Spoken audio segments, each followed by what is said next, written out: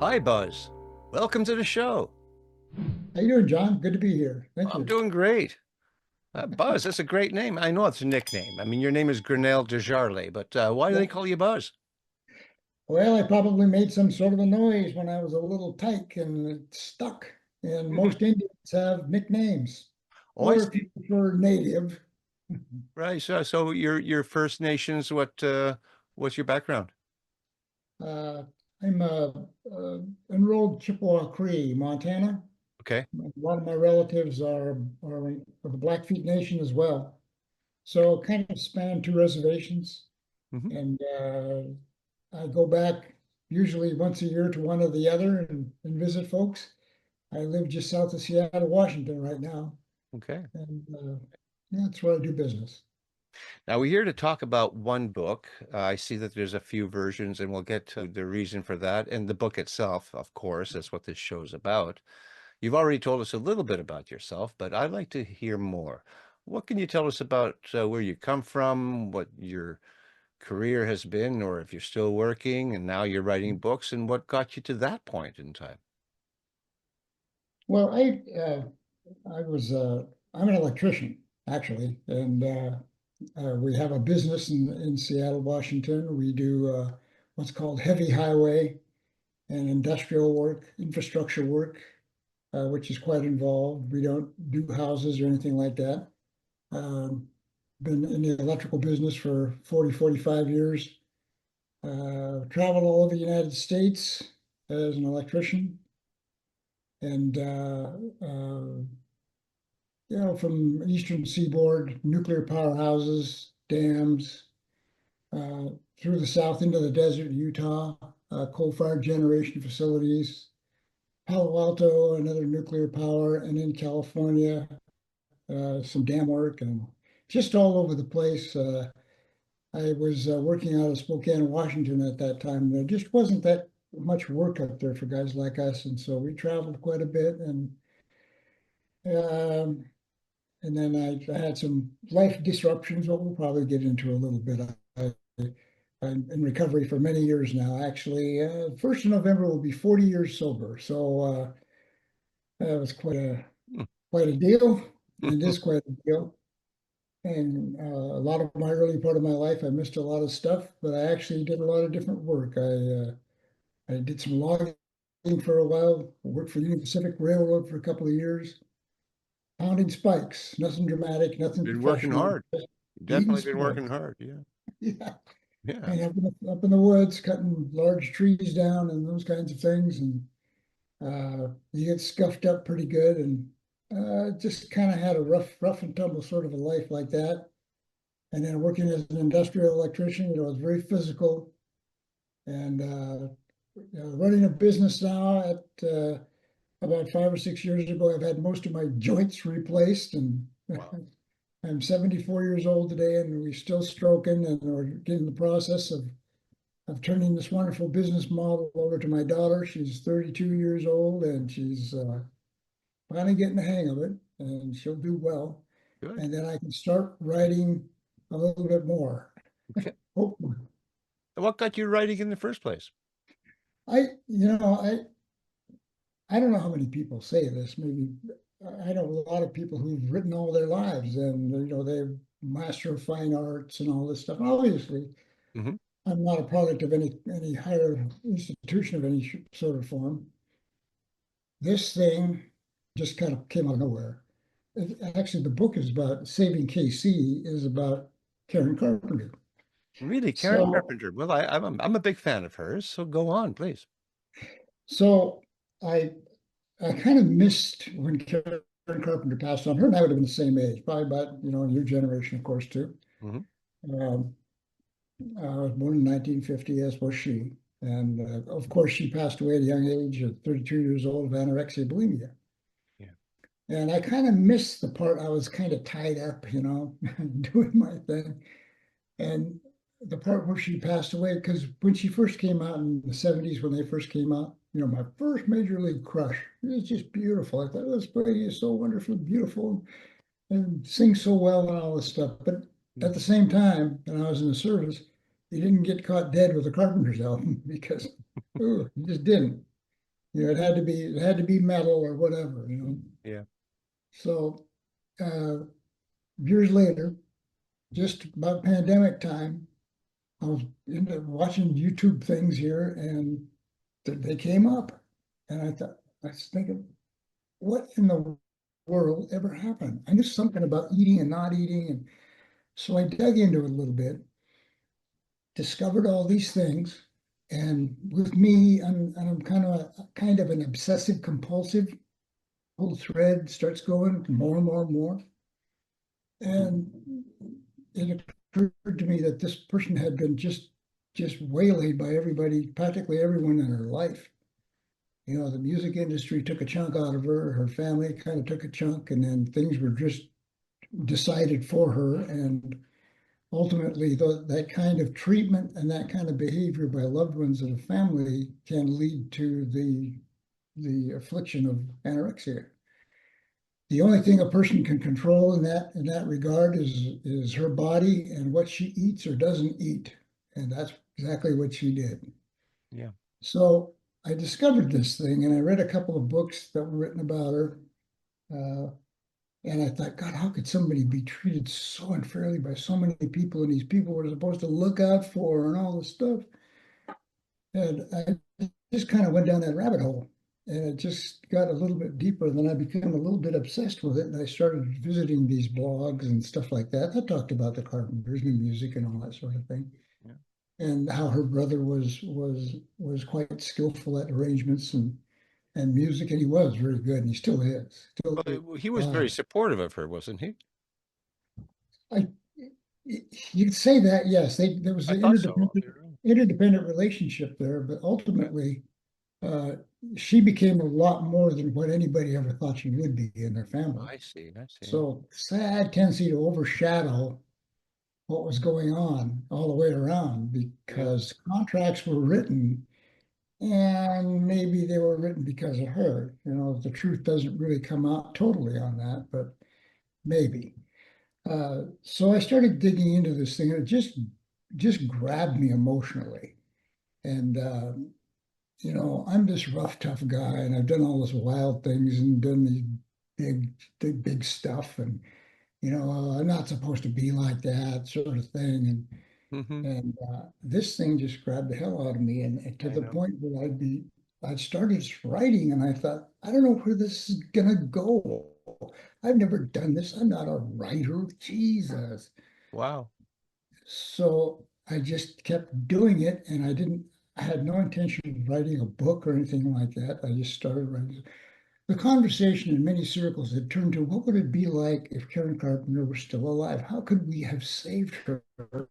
How could someone have saved her and from Hmm. her ultimate fate and demise? So that was kind of the Okay. runway I used. Yeah. And it's a novel. It's a basic historically fictional. I don't use their real names for obvious reasons, and but one can tell if they're a fan or know of that era. So you don't use the real names. It says Saving KC, so Karen Carpenter, Yeah, but you don't use the words Karen Carpenter in the book. no, Oh, no. just call the person KC.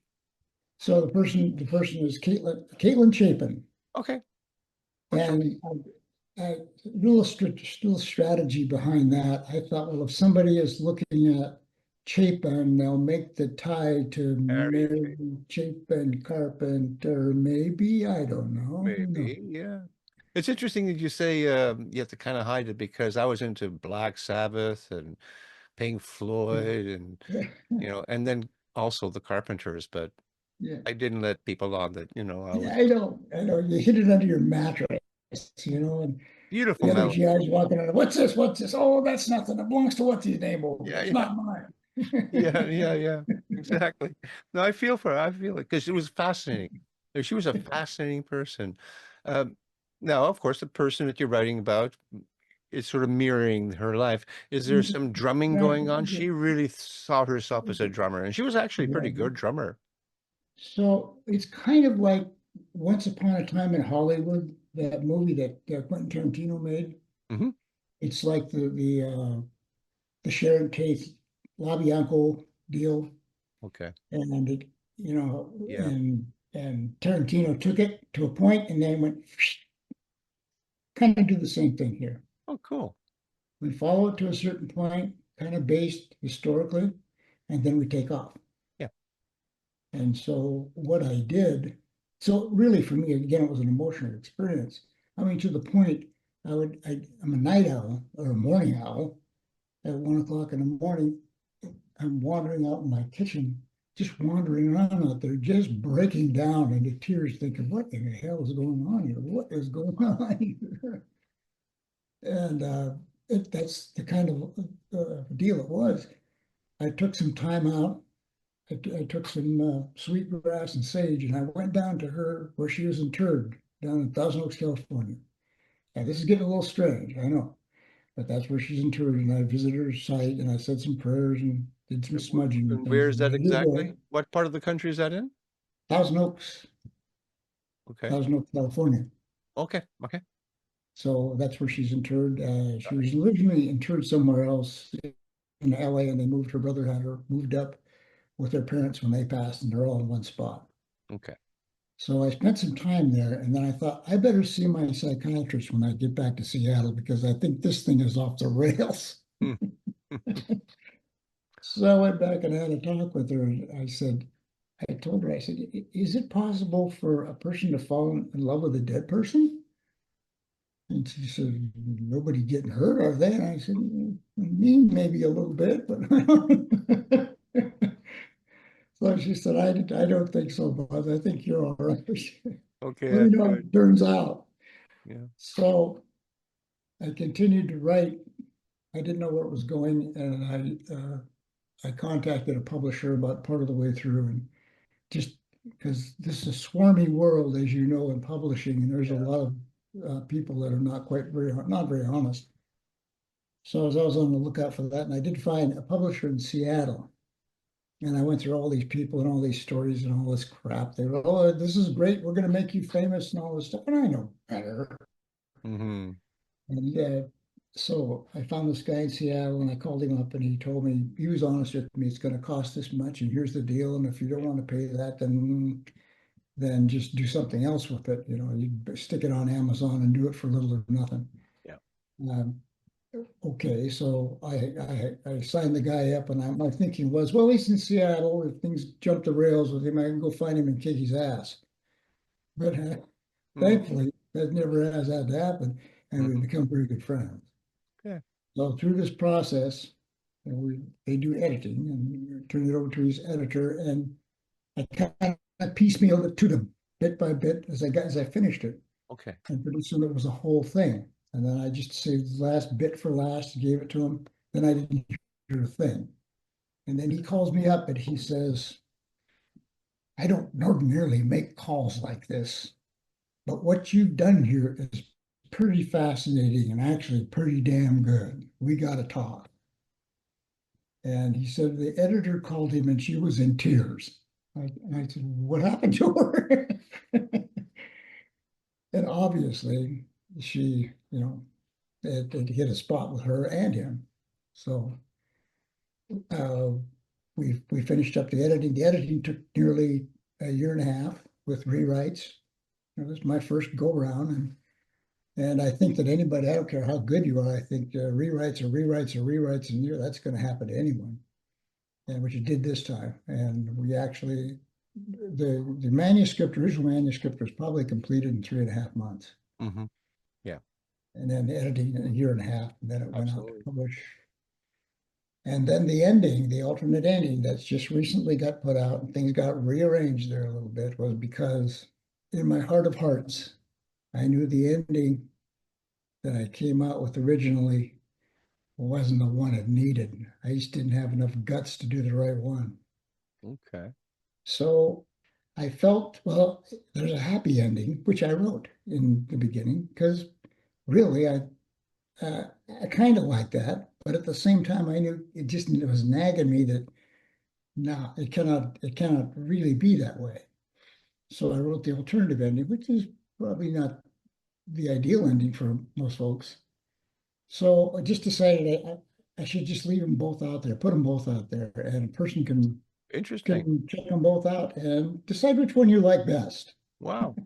Well, that's unique Different. for sure. So it's yeah, and the publisher was on board, and he thought nobody's ever done this strange thing before. I said, well, Never heard of it. whatever. Uh, I'm not going to get rich and famous overnight. I'm I'm still doing many other things, and this is just a a hobby right now. I'd love to do a lot more, and I will as soon as I get done setting this other business thing aside. Yeah, yeah. I didn't notice how long is the book? 375 pages, something like that. So it's a decent sized novel. Yeah, yeah, And you said that you sent it in piecemeal to the editor because something yeah, that large would be, and being that it's your first book, sometimes editors yeah. don't want to deal with something that big. Yeah, that's right. And I think that they must have seen something in it. Hmm. See, I wrote this rather odd because I'd never written a book before. So what I had was the centerpiece of it. You have Karen Carpenter. First of all, let me back up a little bit. The real genesis for the model or the plot of this book, I kind of have to attribute to Stephen King. He wrote a book on how to write a book. I read that book. And in that book, he suggested I take sometimes two desperate, two culturally different things, two people different things, two opposite things of the universe, and jam them together and look for the contrasts and look for the same things, look for the like, for the commonalities, and for the opposite things, and where the contrasts exist.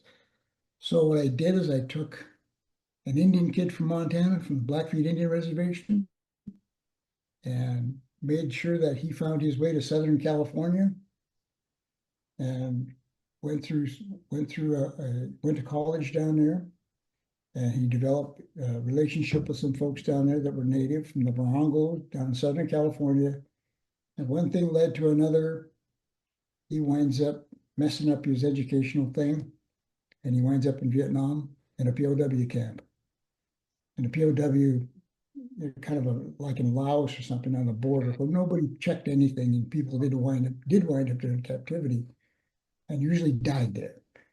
And he spent 3 years there. He winds back in his country, and and all of his family is gone.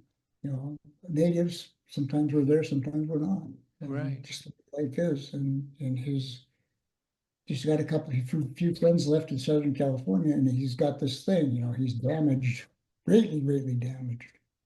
Okay. So we put him in a church in Downey, California, where the Carpenters are from, and she happens to be there doing something, and he's poking at a piano there, and his fingers are all busted up, and he's mentally just in pieces. Hmm. And so he's trying to play this piano, this song that he knows. His mother taught him to be a pretty skilled musician, so he knew how to play the piano, and he knew instrumentation, all the stuff, arranging. He was good at that, knew this thing. And he was trying to play, and he couldn't, but he was trying to play the song, and she comes up behind him and starts singing the song, and he breaks because she lays hands on him, and no one really touched him carrying in a carrying way for years. He didn't know how that was done, and it just like froze him and just melted him, and he didn't know. And he breaks down, Hmm. and so they have this thing there, and then she's got to leave, and he's kind of like staggering, like what happened. Yeah. That's the first time they meet. So when I wrote that piece, I then went back to the beginning and wrote that beginning toward that piece, toward that meeting, and then I went from that meeting outward the other way toward the end. Right. Very good. Kind of how that worked out. I So the don't know. middle out. Yeah, it's Yeah. weird, isn't it? But I wanted Very that interesting. emotional centerpiece. I had to envision that, know what that was, and that thing that drew those, that put them together first. Mm-hmm. Yeah, went from there. Yeah. Yeah. So Now, you and I both like Karen Carpenter. We've actually shed a few tears by the sounds of it, the sound of her voice, that that texture of her voice was very unique. Did you go into try to explain that because that's where the emotion comes from? It wasn't just that the fact that she sings, but Mhm. how she sings. Did you Yeah. find that difficult to describe? Actually, I kind of left that alone because I didn't want to go down that path too much Okay. because all you had to do was listen to it to know it. What I did have to do is I had to develop the opposite character, the native boy, Hmm. in such a way where when they ultimately put their pieces together, they had this commonality, and that was music. Now, people ask me, "Well, gee, Buzz, you must be a wonderful piano player." And I said, I would know a piano from a chicken leg. Hmm. But, you know, we can gain enough knowledge to enable Sure. to muddle through these things and make them sound halfway decent. Yeah. Yeah. So uh, that was the whole idea. Mainly, what I concentrated on was the affliction and how it was progressing with her and everyone around her. And this is probably somewhat true, is that they didn't know what to do with it, had no idea. What is this thing? Why don't you just eat? So there's that. And ultimately, in reality, she went to a guy in New York, Levin Karan, who had this notion of how he was going to treat her. And it was kind of we know today, was a real foul ball in terms of treating anybody with anything. So that ultimately failed and probably set her on the path of the final flight path of destruction. Uh, So what I have put together here is obviously some research has to go into the commonalities. Okay, by this time, this kid that comes back from Vietnam is damaged beyond belief. And generally, what happens to people who come back from Vietnam in that sort of condition is they don't live long. Chances are their survival is limited. If whatever's going on over there, if malaria doesn't kill them and whiskey or dope does, Yeah. and they usually go by the hand. Hmm. Unfortunate, but that's the reality of the whole thing. So he is battling alcoholism. It actually kills him at one point. Mm. And so you've got this addiction here. How do we recover from what are the commonalities in this addiction as related to anorexia and bulimia? Interestingly enough, neither one of those afflictions can be cured. We can put them in remission and be uh, uh, monitor those things and keep doing what we're doing to keep those things in remission. Some psychological work, some group therapy work, and some doctors are involved, of course. Those are the things it takes to maintain and keep these things in balance Hmm. or in check. Same thing with anorexia. You know, you got to stop doing one, drinking. You got to start doing another, eating. And it's not just, well, why don't you just stop drinking? That's simple. Yeah. Well, not really. Exactly. Not really. Well, And yeah, then, yeah, I'm one yeah, of those people that the anorexia, I've never understood what causes it and why it kills people. Of course, if you don't eat food, eventually you die, but you had to look into this. You had to research. If you're going to yeah. write about it, you have to know what you're talking about. How long did it take So for you to fully comprehend what's going on here so you could write about it? it was probably a good month off and on as I was writing to read about this stuff.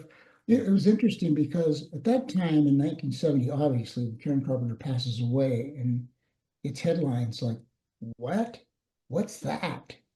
What the heck was that all about? Who dies of not eating?" That's right. So it's like the big mystery. And so uh, what I discovered is there was probably one person, maybe there were two, I don't know, but I found one. Her name was Hildy Brush. She was a German immigrant psychiatrist, psychologist, and medical person who developed the modality for treating anorexia. She knew what it was, had a good idea what caused it, and knew how to treat it, and also discovered that it was incurable. Once it sets itself up shop in a person, it's there, and it's hard. And you just have to live with it and deal with it and treat it on an ongoing basis. And she was actually down in Baylor University in Texas in the early 70s, and she wrote this book, In a Golden Cage, which Okay. is the description of anorexia and bulimia, because most people are pretty well off and they have decent families, and Mm-hmm. then they have this affliction, Yeah. and they can't eat or won't eat, and all this stuff is going on, and no one knows what to do. Mm. So it's a heartbreaking mystery. No one, oh, just eat. Well, they'll eat in front of you, but then later on it goes out. Yeah. Yeah. And so Well. so you've got this one person with that going on, you've got this other person with this going on, and the commonality is, and in within both of those, just like, trust me now, with alcoholism, doctors can't fix me, priests can't fix me, mothers and dads and sisters and brothers and everybody, they're just wasting their time Mm. until I come to the conclusion that I'm going to buy into this thing and I'll take responsibility for my stuff. Will things ever start working? Same is true with anorexia, the very same thing. Yeah. What kicks that stuff off for an alcoholic, obviously, is environmental and genetic things going on. For the anorexic, what most people have found out, and typically it's women, young ladies who Yeah. suffer from this. It's family relationships, Really. and controlling a lot of control, very little affection, sets the stage for this thing, and this person can't control anybody. They can't make you love them. Mm-hmm. And they can't control what's going on with the record industry and all this stuff. And the only thing they control is what they eat or don't eat. Right. So, and all it takes is just a spark like, hey, she looked a little chubby in that last TV thing, don't you think? Mm. The way it goes. Yeah. Yep.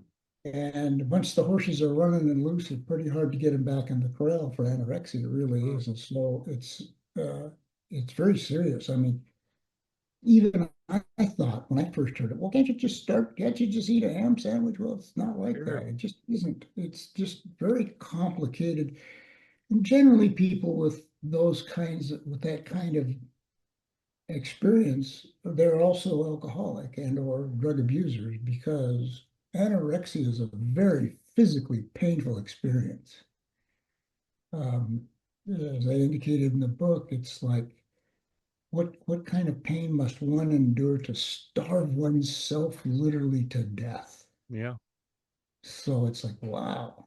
Mm. Oh, gosh. Well, the fact that this is part of the plot, it's even if people don't connect it to Karen Carpenter, they're going to remember that, oh, yes, this happened. Not everybody's our age, but they have heard the story of somebody, well, Karen Carpenter, and, Yeah, so they may be able to relate to it. That it's actually something like this happened. Um, yeah.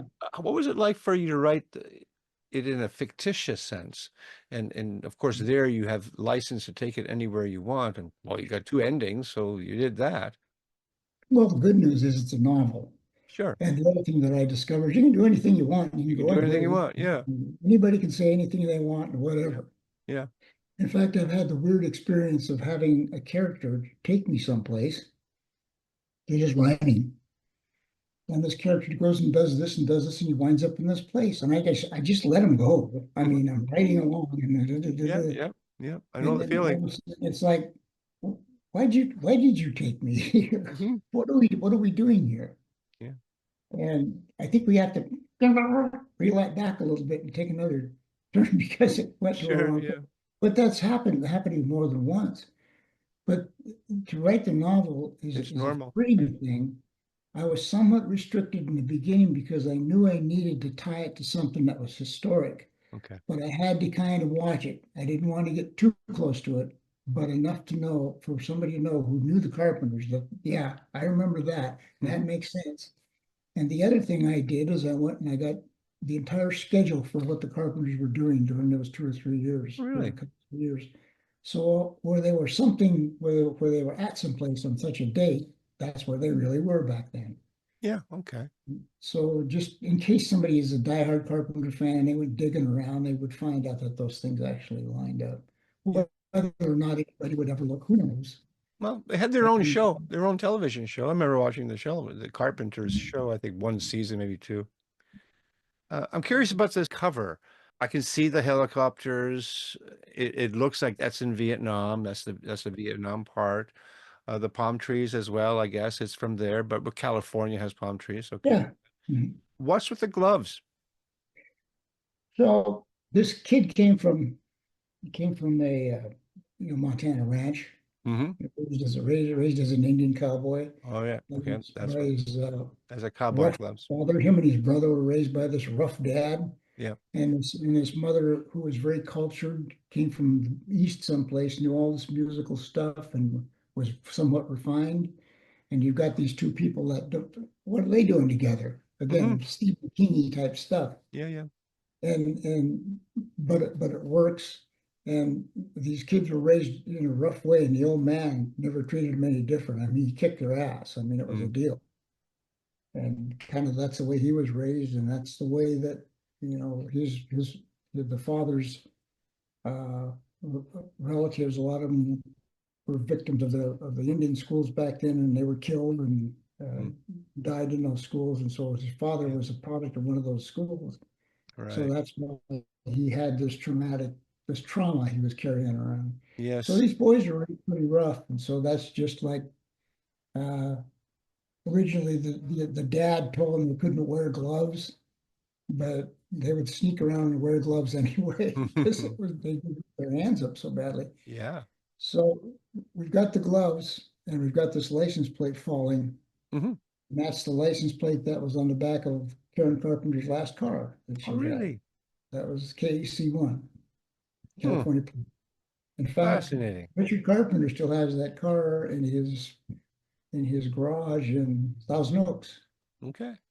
Does he know about your book? I I don't know. I was at a 55th Carpenter reunion this past spring in Downey, actually. And they'd had a 50-year for the Carpenters, and he never showed up. And they had that 50-year right in Thousand Oaks, right in his backyard. He never showed.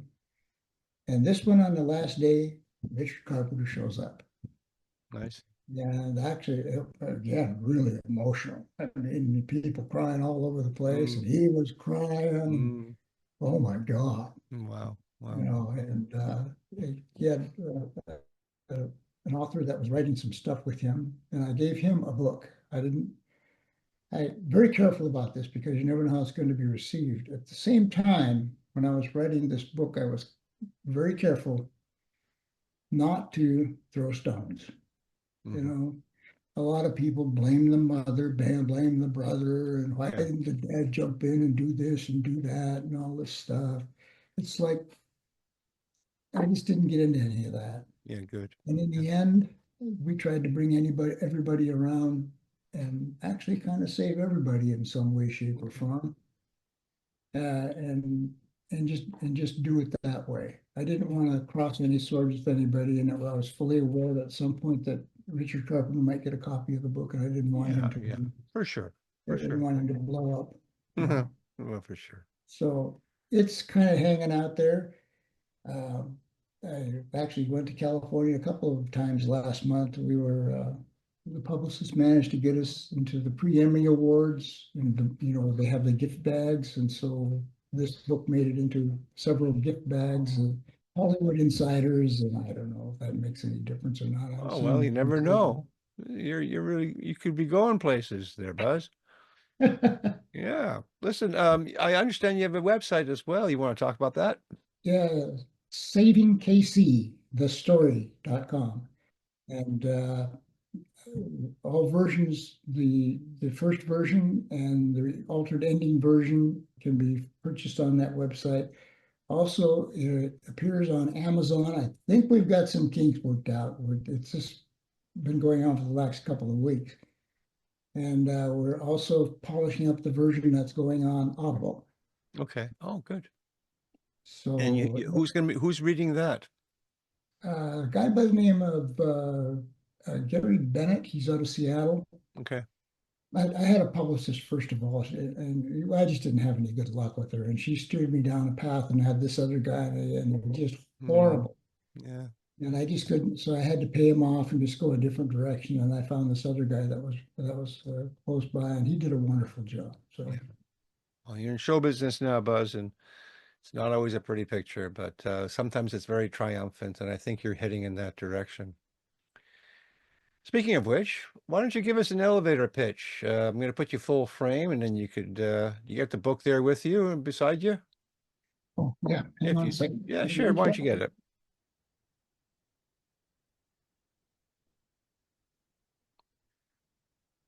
All right, let's hear you sell this book to people and where they can buy it and why they should buy it. This is Saving KC, written by Grinnell Desjarlais, yours truly. It is a book of redemption, hope, recovery, love, and maybe a little dislike, but we'll get used to that. You can buy it on savingkcthestory.com, or it is also on Amazon. You can just type in Saving KC and it should bring it up. Excellent. There you go. Now you're a businessman too. Thank you.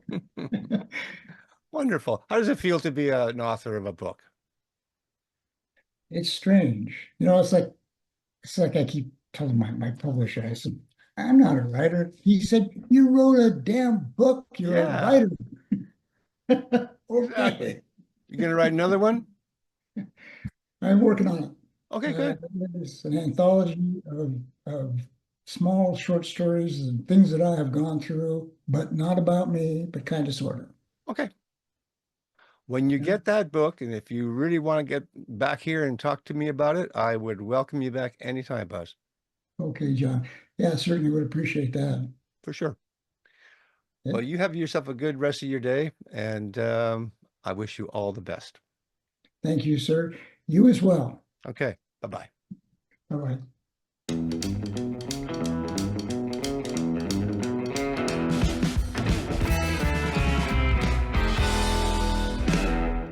Thank you for watching. If you've enjoyed this week's episode, and if you like what I do here on Tell Me About Your Book, then I invite you to hit that like button, subscribe to the channel, and even leave a comment if you wish. And if you are an author, I would sure love to hear from you. Until such time, keep on writing, and remember to be kind to one another.